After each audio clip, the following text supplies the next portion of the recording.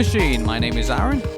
And my name is Patricia. And we have a very exciting one for you today. It's going to be pretty much one of our main stakes in DreamWorks animation. So I guess we could say it's a movie of ogre-ish proportions, I guess we could say, compared to our one of monstrous proportions. Yes, indeed. So just like an onion, let's peel the layers and dissect this movie for all of its charm and all of its meme power, which apparently it does. But seriously though, let's discuss about this movie in depth and why it's still remembered many years later. Here we go.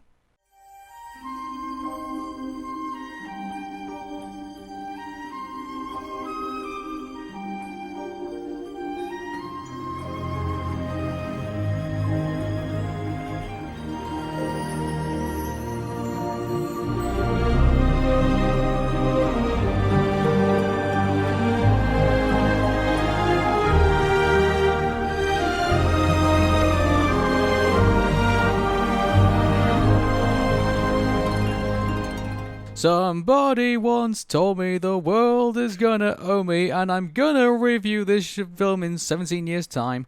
But, okay, so Shrek is a 2001 American animated computer fantasy comedy film produced by PDI/DreamWorks Animation, released by DreamWorks Pictures, and somewhat serves as a parody film targeting other films adapted from numerous children's fantasies, mainly animated Disney films as well. The film's made notable for its use of popular music. The soundtrack includes Smash Mouth, as we said before, Eels, John Bett, The Proclaimers, Jason Wade and Baha Men, and also John Cale, covered by Leonard Cohen.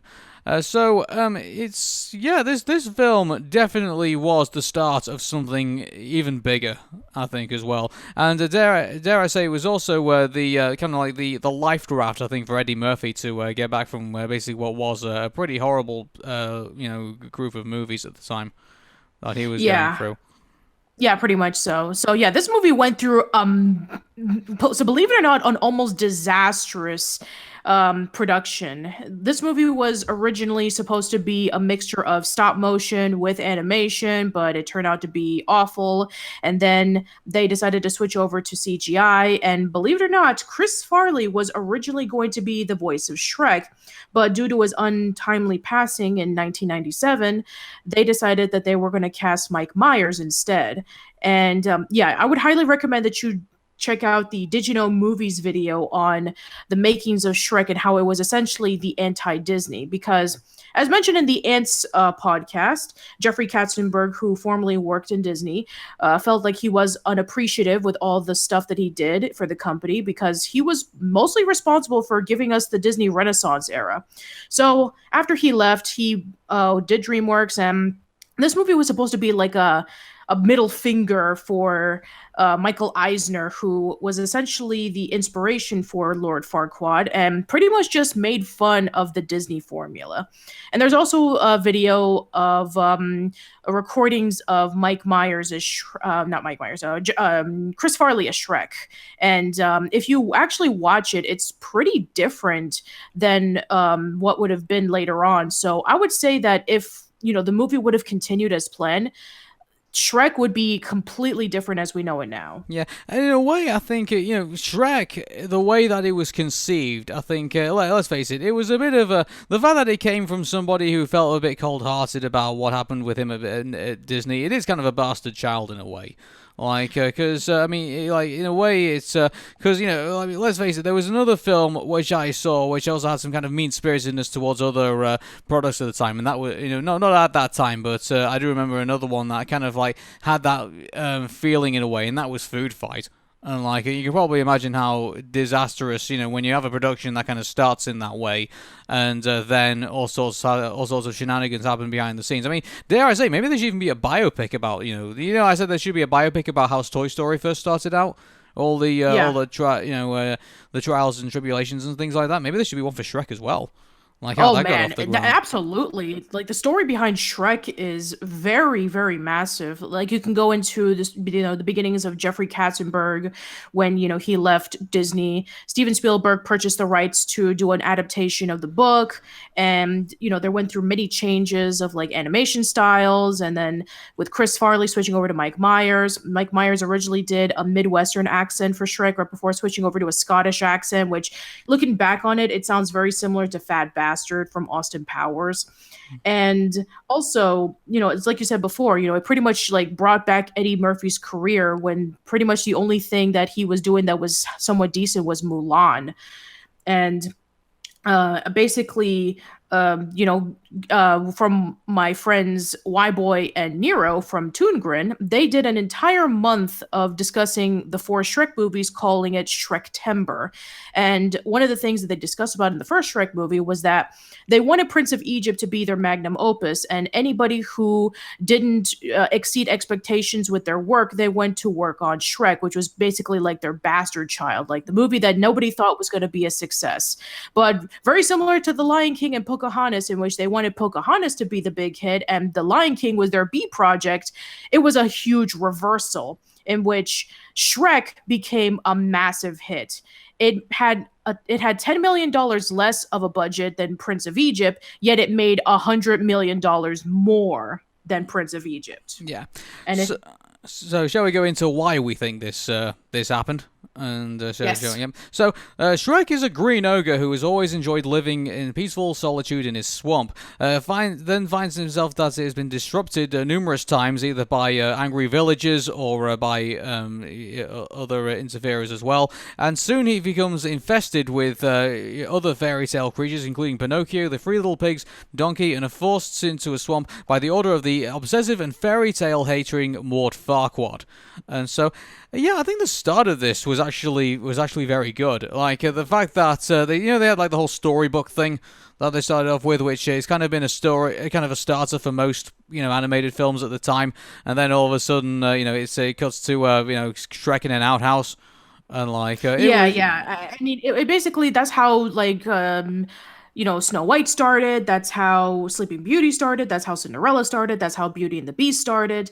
So it was basically just trying to be like the anti-telling, in which you have this lovely fairy tale, and then it turns out that the person who's reading it is an ogre, and he comes out of a loud house singing, with the song All Star with Smash Mouth, which I know that's like the most famous song in Shrek, other than, I'm a Believer, which Smash Mouth also sang. But looking back on it, the song doesn't really fit in the scene, It's just Shrek. I think the fact that they were going for the whole like reversal, like kind of like parody of the whole fairy tale story. I think in a way, like it was kind of like how it basically was trying to be a rebellion towards what Disney was at the time.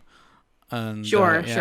So I think I can kind of understand why that kind of got thrown in there. Like the opening line of that song. Somebody once told me the world was going to owe me, and I'm not the sharpest tool in the shed. That was a great introduction for Shrek. Like, I guess you could say that. Yeah. So, I think that with seeing the life of Shrek, living in the swamp, and basically telling villagers to go away, and there's like a lot of interesting things regarding about how they did it. Apparently, the animators actually took a bath in mud so they can actually feel what it's like, and somebody actually went over to a swamp in Louisiana to get pictures so they can get influence shots, and then an alligator chased after him. So yeah, they took a lot of liberties into creating a more realistic world for the start of the movie, that hey, this is a swamp, there's all these creatures, and Shrek is just basically living his everyday life of doing the things that an ogre does. And then we have the villagers coming in. They're going to capture ogres for money. And he basically just scares them, and everybody's fearful of him. I'm surprised that so we didn't get a parody of Crocodile Dundee in that regards. Chasing around with a crocodile. But Yeah, so I guess, the intro that they start off with, like, they introduce Shrek, which I think they introduced very well, because obviously you have, like, the fact that they show him off as, like, kind of like this strong character of, like, and also kind of, like, kind of hateful character, I guess you could say. So I guess they started him off as kind of, like, maybe an anti-hero, I guess you could say, because, like, Sure. he's like, all the villagers hate him, all the villagers want to kill him.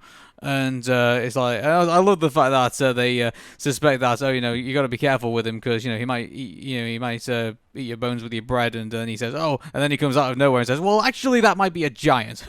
Now ogres are even worse, and so it kind of goes through like the whole list of how they are worse, and I thought that was and also you get to hear that as well throughout the movie, like how terrifying he is and stuff, and but yeah. So then we got the scene where we're introduced to Donkey, and I just think like as far as I'm aware, there is no talking donkey in folklore, in like fairy tale folklore, as far as I'm aware, unless there is. Not that I know of. No. So he's kind of like the oddball, I guess, in the whole. Then you also get the whole thing like Pinocchio, the seven dwarves, the fact that they were all given away, and so that was. And they go, "Hey ho, hi, we are not free," something like that. Yeah. And not only that, but there's also Peter Pan giving away Tinkerbell, which is kind of messed up. I know they really went in dark places with the fairy tale characters.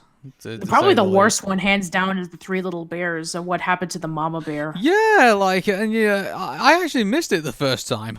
I'll be honest with you, and then I only caught it like the second time when I watched it on video. So, it kind of like passed by me when I saw the that, and then I think this is the thing though. Like, do you think they were in danger at that point of making all the side characters kind of unlikable? In a way. I mean, I guess it depends. I mean, of how they were able to portray, because throughout the series of movies, we would have the Three Blind Mice, Wolfie from Little Red Riding Hood, Pinocchio, Gingy, the Gingerbread Man, and then eventually we would have Puss in Boots, and then eventually, of course, Donkey.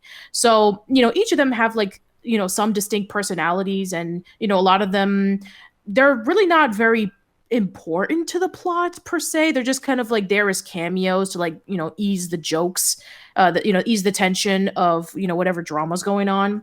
So yeah, I mean, they could have made them kind of unlikable, another sticking point to this is basically, Disney taking away these iconic public domain characters, that we're gonna, essentially, taking them away and giving away their freedom is essentially just, hey, Disney is basically creating these movies based off of these characters, and we're gonna do marketing with them. Mm-hmm. So, all the fairy tale creatures being banished from the fairy tale world. Mind you, there was a bit of a strange thing going on, because it was like they were being sold into. I don't know if they were either being sold into slavery or if they were like. I think they were just being banished, because when we first get introduced to Lord Farquaad, he was essentially just getting rid of the fairy tale creatures away from Duloc, which he claims as the perfect world. Which obviously, if you can see it from a mile away, and how brilliantly subtle it is, sarcasm. Duloc is essentially Disney World. That's basically what it is. It's squeaky clean. It's happy. They're singing. So. It just makes me wonder about what's going to happen with these fairy tale creatures. There's never been an explanation on what he did. The only thing that we see in the movie is that all of them just ended up in Shrek's swamp. But my confusion about it all is that what designated in Lord Farquaad's mind a good fairy tale creature from a bad fairy tale creature, if you will. What was the the fact that you saw Peter Pan giving away Tinkerbell. Like, I'm assuming that maybe he has favor with Lord Farquaad in some strange reason, which is kind of weird, because it's like, wouldn't you imagine that Peter Pan is like the mischievous child, and like, you probably want to do more to disrupt Duloc. You can see from Duloc that there's literally no creatures; they're all humans. So I take it that Peter Pan was a regular boy, that he can pass as a regular boy, but anything that is like a talking animal, or in Pinocchio's case, a wooden boy, then I guess would be deemed as unclean for Duloc. Yeah, but Pinocchio's not a wooden puppet. He's a real boy. I know, but, technicalities, Aaron, technicalities. I But know. that also begs the question about like how did Lord Farquaad not know where the fairy tale creatures are? Like what did he want to do with them? Because if we remember, the three little pigs talked about that they were sent to the swamp by Lord Farquaad, yet Lord Farquaad was looking for them for some reason. We never Yeah. actually know the reason on the fairy tale creatures and why they were being captured and why they were being taken away. That never really gets answered at all. I know it's like I just yeah that bit whole thing to me with the the whole like the kind of like a slave market, it kind of made no sense to me in a way. So that scene was just kind of like I just felt that scene was just kind of introduced kind of just to introduce Donkey in a way. Yeah, exactly. Which I take it that I kind of understand where Donkey is in terms of like fairy tales. You know how in Disney movies there's always like the princess with the, with the animal sidekick. So I take it that that's that. We had Ariel with Flounder, we've had Rapunzel with Pascal, we've had Sleeping Beauty with her birds and the little woodland creatures, Snow White the same thing, Cinderella the same thing. So I take it that maybe this is supposed to be like, hey, we have these cute woodland creatures and now we're just going to have some annoying talking donkey. So after all this, we're introduced to our villain Lord Farquaad, and who is very it seems to be a very intimidating villain to begin with, but is I guess you could say villains like him are in short supply. There are those who think little of him. Those actually were good lines in that. But Yeah. so what do we think of Lord Farquaad as a villain? I think in this whole thing, he is very dastardly. He is. I mean, obviously they play his shortness obviously out as a kind of a comedic thing, and I don't know. Like I guess in all the creative ways they did to make him look kind of like remember in the scene where obviously Shrek and Fiona have their falling out, and then they obviously then Lord Farquaad introduces himself, and you can see that he's basically in a custom built kind of like girdle for his for his horse and things because they fit like with like fake legs and stuff. So like, that whole thing, like the way that they played out the joke of him being short, they did some very clever and pretty funny things with it. But, yeah, and the reason why that Lord Farquaad is short is because, for those who again know regarding about Michael Eisner and Jeffrey Katzenberg, Michael Eisner was a very tall man who was 6'4", and Jeffrey Katzenberg was very short at 5'4", so he was 5 foot. Yeah, I think it was like 5'4" or 5'3". So he's essentially my height. And there was various interviews about Michael Eisner saying to Jeffrey Katzenberg that he hated that little midget. So he decided, I'm going to take my former boss and I'm going to make him much shorter to kind of like get back at him. Oh my goodness, was Felonious actually based on anyone at Disney? I wouldn't be surprised. Yeah, I mean, I don't know. Yeah, I don't know either, but I think that would be interesting to see if that was the case. But obviously they torturing the gingerbread man in obviously crumpling up his legs and things like that, and getting him to try and say that, and then also they do the whole muffin man joke as well, and then they finally find the magic mirror, which obviously tells them whether he's so they do the whole mind you, was the dating joke, the whole date game joke, was that original in a way, or was that I mean, the whole point of the magic mirror was talking about like mirror mirror on the wall, who's the fairest of them all, and instead of the mirror saying like, oh, you're the fairest of them all, your highness, and but basically the joke is that he's not a king and he can't rule over Duloc, but he can if he marries a princess, and then he decides to kind of like make the dating game joke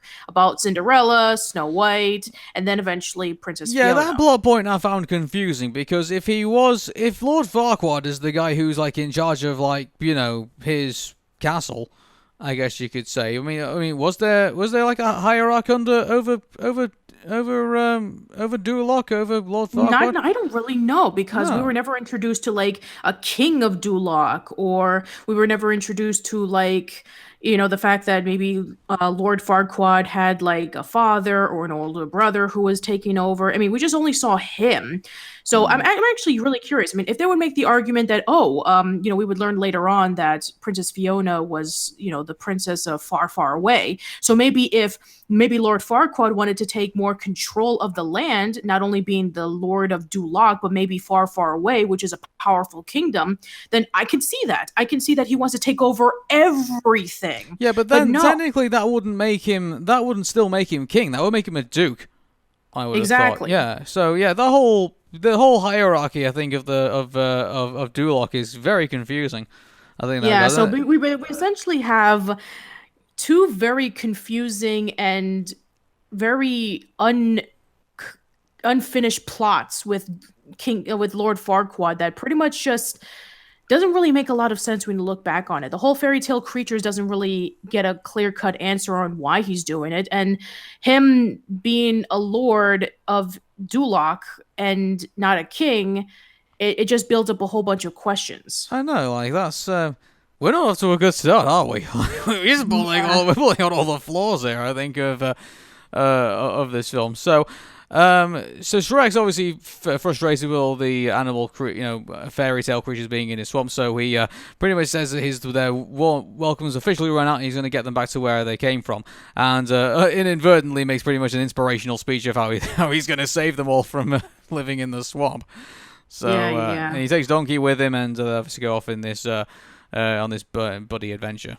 So Shrek and Donkey get to Lord Farquaad's palace of Duloc, and obviously it is like Disney World. And I remember when I first saw the singing Duloc little toys, and I remember I just busted up laughing when I first saw that with shine your shoes, wipe your face, when they obviously point over to their asses, and then eventually they took the picture, very similar to like how when every single Disney ride or Disney attraction they always take a picture of you. So I just thought that was really funny. Yeah. So, and then we get to the point where we get like the whole wrestling scene with like the whole all the knights go, obviously fighting with Shrek, and it all plays out, and because everyone for first of all, obviously starts to hate Shrek, but then at the beginning and then at the end when he beats up all the knights and becomes the champion, everyone starts to love him. So you got to see that there is some. This song, I don't give a damn about my reputation. This song fits perfectly with this scene. Yeah, and actually, here's a bit of trivia. Would you believe it's actually currently a Ronda Rousey's theme for WWE? Oh, wow, cool. Yeah, maybe she likes Shrek and decided to have that as her main theme or something. Mm-hmm. So, Lord Farquaad is about to kill Shrek. He's about to basically put like about 1,000 arrows into him, but then he says to Captain that he has a better idea, and decides to make him the champion, and he's going to be the one that goes off and saves Princess Fiona on his behalf. So. Yeah, and this is when, Shrek tells Lord Farquaad that the fairy tale creatures are at his swamp, which... in the end of the movie, we do see that the swamp is cleared out, but we don't know what happened to the fairy tale creatures. Like, what did Lord Farquaad do? No, that's a good question. Actually, it's I don't know. Maybe they just moved on somewhere else. Like, keep me in mind. Like, I guess I kind of live in the Shrek world where I kind of know that Far, Far Away now kind of exists, and I keep thinking, well, if Far, Far Away exists, surely there must be other Far, Far Aways, if you will, in other places in the world. So maybe they just moved them on somewhere else. Yeah, I think that maybe they moved them to Far, Far Away, because we did see most of them in Shrek 2, so maybe that's where they ended up. That's probably where they ended up, yeah. So, Shrek and Donkey go to the castle, and the whole castle scene, I think, is what people really like the most, I think, out of the film, because it's, it does have that kind of like, you're walking around, it has that kind of Castlevania feel. A little bit of that place, and then also I don't know. I don't really like the joke of the whole on the bridge. I just think it's really stupid and juvenile.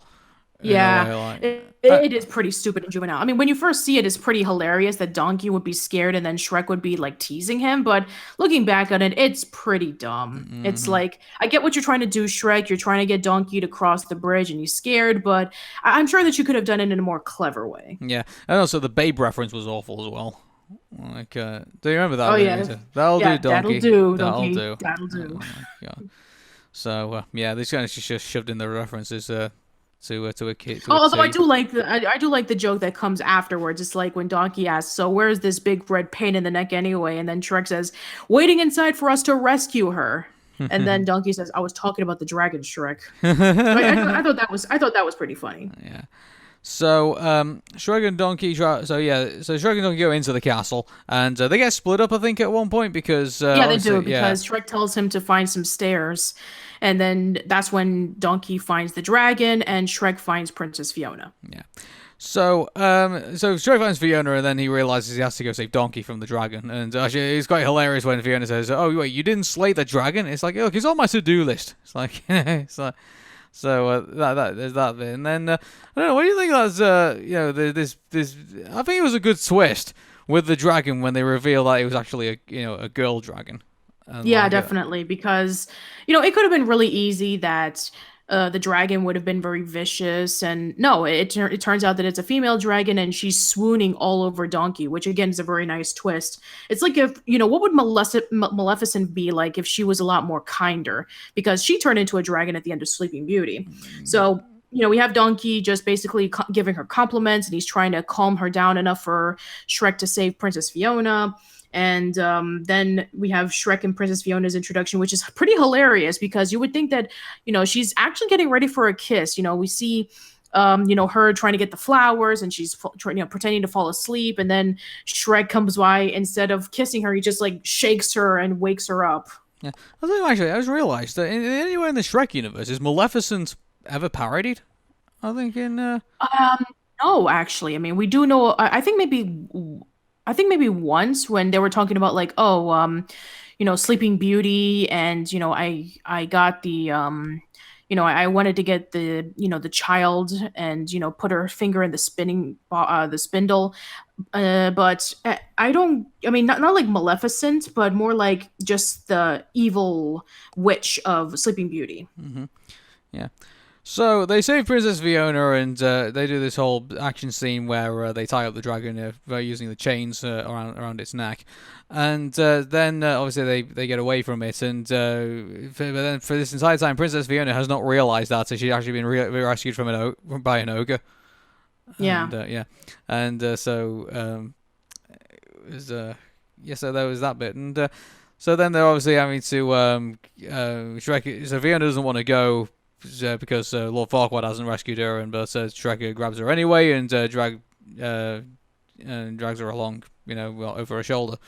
So yeah, and so I guess I don't know. What do you think about the build up going on their travel on the way back to Duloc? I mean, like it's not really that important, to be quite honest. The only thing that is important with this travel is that we get to learn more about Shrek, and we get to learn more about Fiona. As for like then going back to Duloc to have Fiona marry Lord Farquaad, it's not really that impactful. No. So, I mean, yeah, they go through like the whole montage of, Shrek and Fiona obviously, looking like they have feelings for each other and stuff. And then they finally get to the point where they get to Castle Duloc and... before we discuss about that, we have to discuss about, the scene with Shrek talking about how, him being an ogre and everybody fearing him, the reason why he's alone is because he doesn't want anybody to judge him, which I think is probably one of the most powerful scenes throughout the entire Shrek franchise. And I would want you to watch the Chris Farley scene in which he actually did voice the character of Shrek as well, doing that line, and then go watch Mike Myers and do a comparison. I think personally for me, as much as I love Chris Farley, Mike Myers just knocks it out of the park with this scene. Yeah, I think Chris Farley does it more for comedic effect. I think with Mike Myers, I think he actually takes direction very well, and actually he knows when. And you can actually tell, like, one thing that you'll definitely tell throughout the Shrek films is that I think Mike Myers actually has a very a real huge respect and appreciation for the Shrek character. Oh yeah, I mean, we, as mentioned before, he originally had him voice Shrek as a Midwestern character, but then he's like, no, I want him to be voiced like a Scottish person, and so they essentially took $2 million out of the lip syncing and then did the whole thing all over again because of Mike Myers' request, and that was because he loved the character so much. Mm-hmm. So, I guess one other thing we kind of skipped over was, what do you think of the Robin Hood scene? It's pretty funny. I mean, it's basically like you ever seen the 1993 Robin Hood movie by Mel Brooks, in which they're kind of like parodying the Robin Hood movie that was Kevin Costner and stuff. Yeah. And I guess they were trying to do that, just basically instead of like saying, we're men in tights, we roam around the forest looking for fights. I guess it's more like, basically just talking about how he's rescues the poor and steals rich to give to the needy. And then of course you have that that that line in which it says, I like to help the saucy little maid. Instead he wants to get paid instead of laid. Yeah. So Yeah, yeah, basically the one thing that I do like is that you would think that it's going to be like this huge song number, and then Fiona just basically beats them up, and obviously taking a scene from The Matrix, it just shows oh that, my hey, God, yeah. Fiona's not a damsel in distress. She actually fights and defends herself. I have to say, I think the Matrix reference, while it was funny, I think if that was the only funny thing I think in the movie, it would be I think it would be classed as pretty desperate. In a way, like, it just seems so out of that's definitely one of the jokes that's definitely out of place. It was hilarious, I will admit that. I did laugh. But Yeah, I think that it's just pretty outdated by today's standards. I don't know. There's still people out there who still have appreciation for the Matrix, I think. And Oh yeah, sure. I mean, but I think that in the terms of like Shrek, I don't think it like fits that well in context. Yeah. So, But yeah, I think that the whole scene afterwards in which Shrek has the arrow in his butt, I didn't really care for it. yeah, I think that was just. I saw that as well. Like, what really was it that much to make Donkey faint? Like, what happened in that at the end of that skit? Like, Yeah, I mean, although I do like the scene in which he's trying to look for the blue flower and the red thorns, and he's like surrounded by them, and he says, "Oh, I can't see it. If I would if I was in colorblind." Yeah, and so. But yeah, this is just basically just once again showing that Shrek and Fiona might come together, and they do a little montage of them, like they blow up the frog and the snake as balloons, and they push each other. And there's that cute little moment where Shrek and Fiona are eating the weed rats together, and they're getting to get a little bit closer to each other, but then Shrek kind of like backs up a little bit when he realizes that she's a princess and he's an ogre. So, I mean, then obviously we have the scene where Shrek is actually going to say that he has feelings for Fiona. Fiona, yeah, sorry. And then there's something that's obviously happens within this is that Donkey goes to try and find Fiona himself, and then realizes that Fiona herself is actually turned into an ogre. So, yeah, that's actually a plot twist that was subtly referenced in the original opening. That when Shrek was reading the fairy tale, and it was basically saying like, once upon a time there was a lovely princess, but she was enchanted with a fateful sort that led her into being in a tower with a fire-breathing dragon. So it was mentioned in the movie, but we didn't pay attention to it when we first saw it. Yeah, well, I think that she was. Did it mention that she was cursed? Did it say like? Yeah. 'Cause I think everyone can certainly assume that the curse was the fact that she was trapped in the castle with a fire-breathing dragon. I think that basically was the curse. But yeah, they didn't. No one, I think, actually saw this coming. The fact that it was like I would say it was. I think a lot of people are going to be saying the big reveals. I think at least out in the top 10. I think definitely Fiona being shown up as an ogre. I think it definitely is going to be up there with like the top 10's massive like film reveals, like Darth Vader saying, "Oh, Luke, I'm your father," and stuff like that. So Sure. yeah, it's definitely up there with those kind of big reveals. So then Shrek tries to ask Fiona, confesses love for Fiona, but then finds out that actually he starts hearing things from behind the door, and then misinterprets basically what's going on, and she basically blurts out that her and Shrek aren't supposed to be together, and that's the way it's supposed to be, and that the only way to break the spell is for her to be basically kissed by Lord Farquaad. And so he basically only hears about half of that, And so then you get the scene in the morning that and I would in normal circumstances, and let's keep this in mind, this film was 17 years ago. So like I think this whole like they're gonna break up in there and then they're all gonna come back together at the end. I think you can sort of that was kind of the themes of the movies of the time. So I think you can give it some slack. I think in that regard for going that route.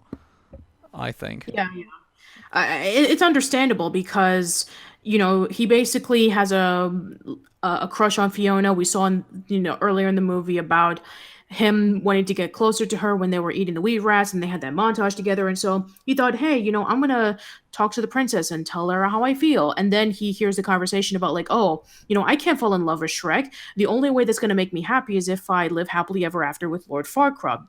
That's the way it has to be, Donkey. And so it's kind of understandable that Shrek would feel this way. And it may be cliche nowadays, but I think with the context and especially the time period that it came out in, I can forgive it. Yeah. So Lord Farquaad comes in, gives Shrek the deed to his swamp, which was the agreement of giving Fiona, handing over Fiona to him. And so then, I think out of spite, it's definitely out of spite, Fiona agrees to marry Lord Farquaad, and even agrees to do it even on the day because she doesn't want anyone finding out that she actually turns into an ogre during the night. So obviously they get married on that particular day. So they have the whole, all the friends break up, and actually there's with Shrek who casts Donkey away as well, and so he ends up basically back by himself again. Which again makes a lot of sense because he felt that Donkey had betrayed him when he talked to Princess Fiona regarding about that she wanted nothing to do with Shrek. She wanted to go over to Lord Farquaad. So, again, going back to the scene in which he confessed to Donkey about him wanting to be alone because they judged him, he felt that, he was betrayed. So basically he's like saying, oh, I can't trust you anymore. And, I'm going to let everybody, go away from me because, I'm meant to be alone. Yeah, his frustrations in that was understandable, I guess you could say, from what he was going through. So we go through the Hallelujah scene where everyone starts to kind of go through the motions, and Donkey ends up meeting the dragon again, which I think was actually kind of out of nowhere for me a little bit. Like, like how far did the dragon fly from the tower all the way until the forest where Donkey just so happens to be there? Mm-hmm. And so Shrek goes back to the swamp and finds that all the fairy tale creatures have moved on, assuming to far, far away. I guess if you're gonna if you've watched Shrek 2 before Shrek, and then Fiona's just getting ready for the wedding. And and then it gets to that. So then Donkey turns up at Shrek's swamp and demands to take half of his land because he did half the work. So then they have that confrontation, and then Donkey reveals that he wasn't talking about Fiona wasn't talking about Shrek in a derogative way, and that she was talking about somebody else. Well, not actually knowing that she was actually talking about herself. So I think this scene obviously, mind you, there was a bit of an awkward moment where they agree to be friends, and then Shrek just kind of shrugs his shoulders and say, "So what do we do now?" It's kind of like that was a bit of an awkward bit, and then he kind of like says, we got Fiona at the wedding, so why don't you ask her about your feelings to her? And then all of a sudden he kind of just switches gears very quickly. He's like, oh, the wedding, we'll never make it in time. So yeah, that bit was kind of awkward, I think. Yeah. But it was essentially just trying to lead up into, Donkey having access with dragons so that they can be able to fly to Duloc a lot quicker and, just to get in time for the wedding. And then Shrek decides that he's going to, disrupt the wedding. But then Donkey tells him, no, you should do it like this. You should, wait until the priest says, speak now or forever hold your peace. And then you say, I object. And then, of course, we wait until that scene happens, which already passed. And then finally Shrek runs over and he, tries to tell Fiona that he cares for her. And then we have the big reveal where Fiona turns into the ogre. Yeah. So so that happens. Then obviously they try to basically arrest both of them. And then one thing that Lord Farquaad tries to do is he's going to lock Fiona back up in the tower for the rest of her days. And so it's only that when Shrek calls over the dragon, and then the dragon eats Lord Farquaad. And so that was, dare I say, that probably might have been one of like the most. I'm glad they played it out for comedic effect because that would have been a pretty gruesome way to go. Yeah, it's true. For a And villain. Shrek 4D actually does, feature Lord Farquaad again. So, but instead he's a ghost. So I guess, we can assume that he's, going to be okay in the long run. Yeah. So that's so at the very end, Shrek and Fiona get together, and they also get married as well. And that's Let me ask you something. I mean, what did you think of the twist? Like, when it was talked about, like, the only way that Fiona's spell could be broken is if she gets kissed by her one true love. And at first when I saw the movie, I was like, oh, Shrek and Fiona kiss, but that means that Fiona's going to turn back into a human. But instead, she turns into an ogre. I thought that was a lovely twist. Yeah, I thought that was cool as well. Like she said, I don't understand. I'm supposed to be beautiful, and then Shrek says, "But you are beautiful." And I thought that was a very powerful line to end on. Yeah, that's true. Yeah. So then it is Smash Mouth singing "I'm a Believer" and doing kicking it out of the park as well. So I guess that's what happens to the fairy tale creatures because they all came back for the wedding. So yeah, I guess so. So everything turned out to be okay in the end. Cool. And depending on how you watched it, I mean, if you watched the VHS release, you also got the dance party finale. And, yes, and I did own the VHS release, and I did remember it was basically just karaoke with Shrek singing, Shrek, Fiona, Donkey, and a lot of the other characters singing various songs. So yeah. I was quite surprised they put it in before the credits rolled because wouldn't it be like one of those things you stick in at the very end of the film to make people watch the credits? Yeah, that is weird when you think back on it. Yeah, I mean, you would think that maybe it takes place after the wedding, so maybe that's why they decided to put it in there. I don't know. It just kind of feels a bit weird, like all of a sudden, like just does the whole Looney Tunes thing, and then it's like, hey everybody, it's Shrek again. It's like it's like.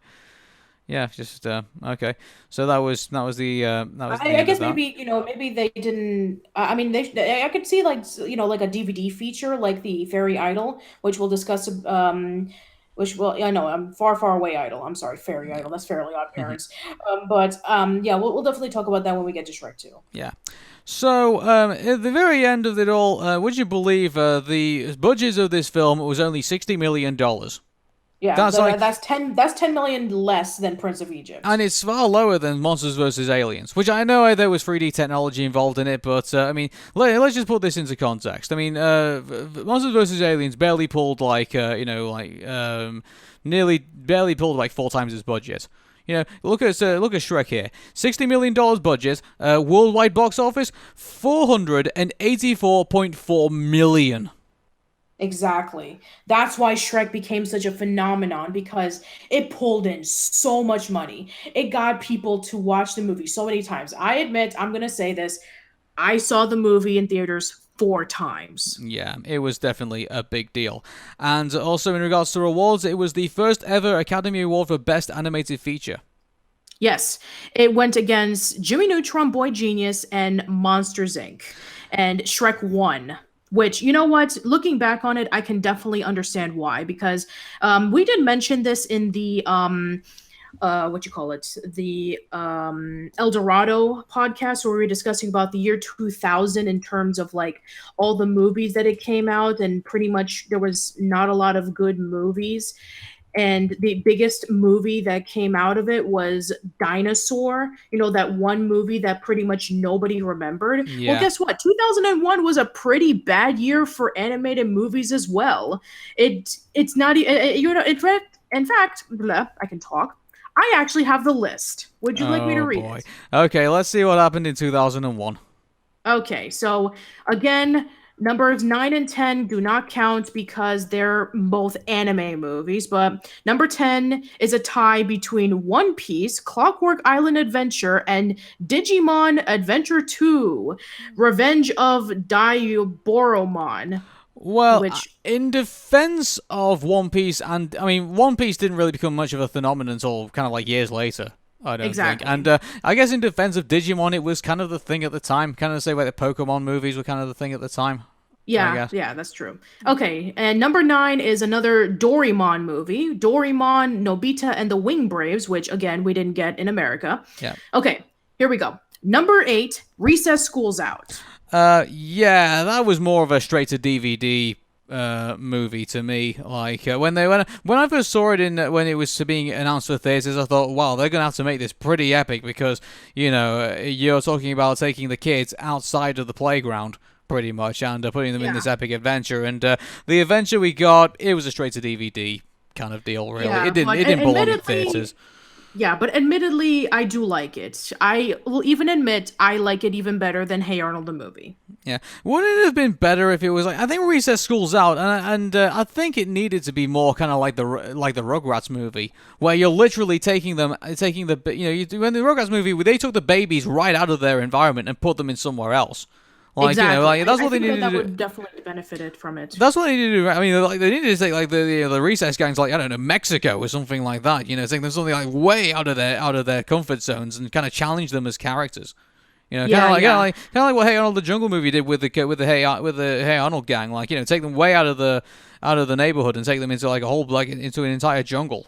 Like Yeah, but this was during the time in which ever since the Rugrats movie came out, every single TV show needed to have a theatrical movie, and most of them failed. Yeah, and Recess should have been bigger than what it should. Recess School's Out should have been as bigger than it should have been. I think. But it was still too as small. for what it is, it's pretty good. Number 7 is Pokemon 3: Spell of the Unknown. Again, Pokemon was a thing at the time, so of course there's going to be a movie about it. But admittedly, I love Pokemon 3, the movie. It's probably my favorite, besides Lucario and the Mystery of Mew. If you want to know more thoughts about my thoughts on the Pokemon movies, I did an entire podcast on it. Number 6, Final Fantasy: The Spirits Within. Wow. Yeah. Like, I understand that some people. I don't know. Some people like. I'm talking like really deep into the Final Fantasy community, but I think some people actually don't really like the Final Fantasy movies. They don't like it at all. Okay, that's cool. Well. Okay, number 5, that's Jimmy Neutron Boy Genius. Well, yeah, of course. Okay, number 4, Atlantis: The Lost Empire. Yeah, probably. Dare I say one of Disney's weakest films. Yeah, it's one of them at least. I can understand the ambition of Atlantis: The Lost Empire, and I can respect it for it. I think personally, Treasure Planet was much weaker. I think,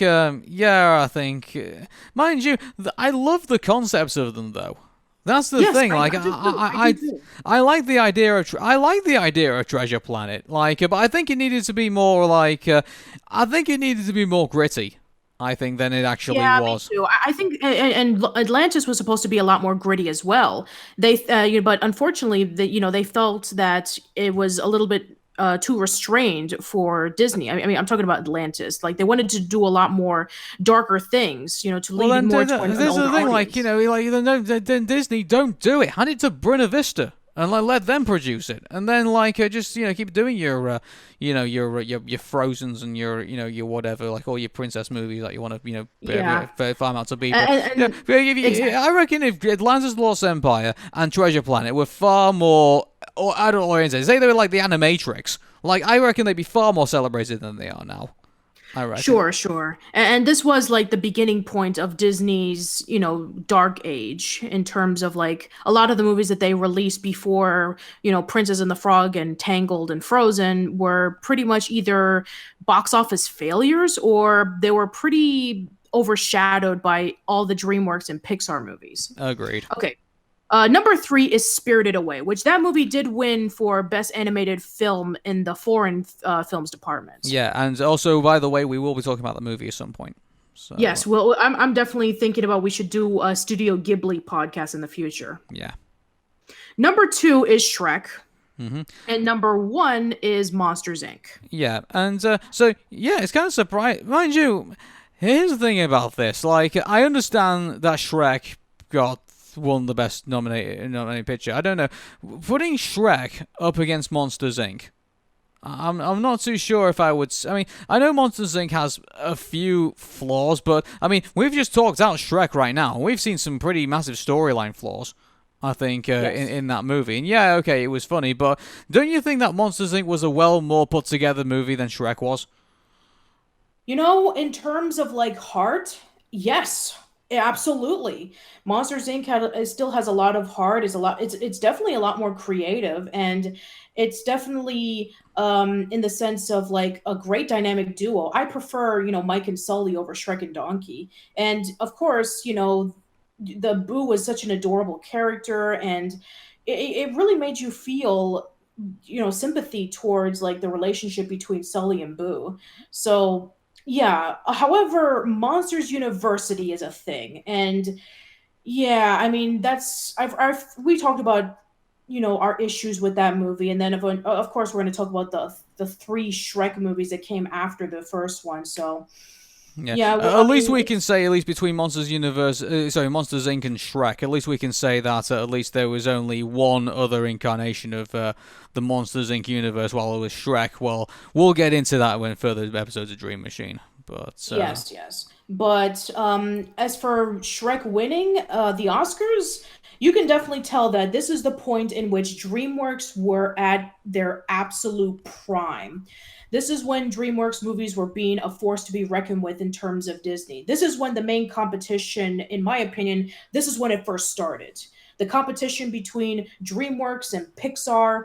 This is like the major competition for the generation of kids who grew up in the 2000s. We had our Nintendo versus Sega, our Nickelodeon versus Cartoon Network. Well, in this throughout the discussion of this podcast, we're going to be talking about the DreamWorks movies and about how they were a huge contender in terms of cartoons. And even though that Toy Story was the one that pretty much brought CGI into its popularity, I would think that DreamWorks was the one that brought it a lot more into the mainstream. And Shrek would be parodied so much. There were so many movies that came out at the time that wanted to be the next Shrek. yeah, oh my god, and Happily Never even Disney did it to absolute failure. Like yeah, Oh, you're talking about Chicken Run? they did it with the G-Force as well, I think. As well. Oh Oh yeah. God. Yeah, it was like it was there were these very odd experiments. I think that were should never have come into being, except so yeah, and on top of that as well. Actually, you could say it was also the inspiration for the Sony films as well. Like Yes, that's true. yeah. So it's yeah, I think I mean, unfortunately we had like Ice Age and with Blue Sky Studios, and then eventually, Sony Pictures Animation would come into the lineup with Hotel Transylvania and Cloudy with a Chance of Meatballs, and then eventually we would have, Illumination Entertainment with Despicable Me and yes, yes, the Minions. Sing and the Lorax. Yeah. Let me safely say I'm this. I'm, I'm actually I'm actually mixed about the Grinch, if you're wondering. Yeah, and well, mind you, we'll get into all these DreamWorks films at some point. But anyway, that was Shrek, and yeah, coming up next after Shrek, what have we got coming up next? We have Chicken Run in honor of Remembrance Day. Indeed. So from me, Aaron, And Patricia. take care and bye for now. Shrek is love, Shrek is life. If I didn't say it, there was going to be a million comments that would. Okay. So, bye. Bye bye.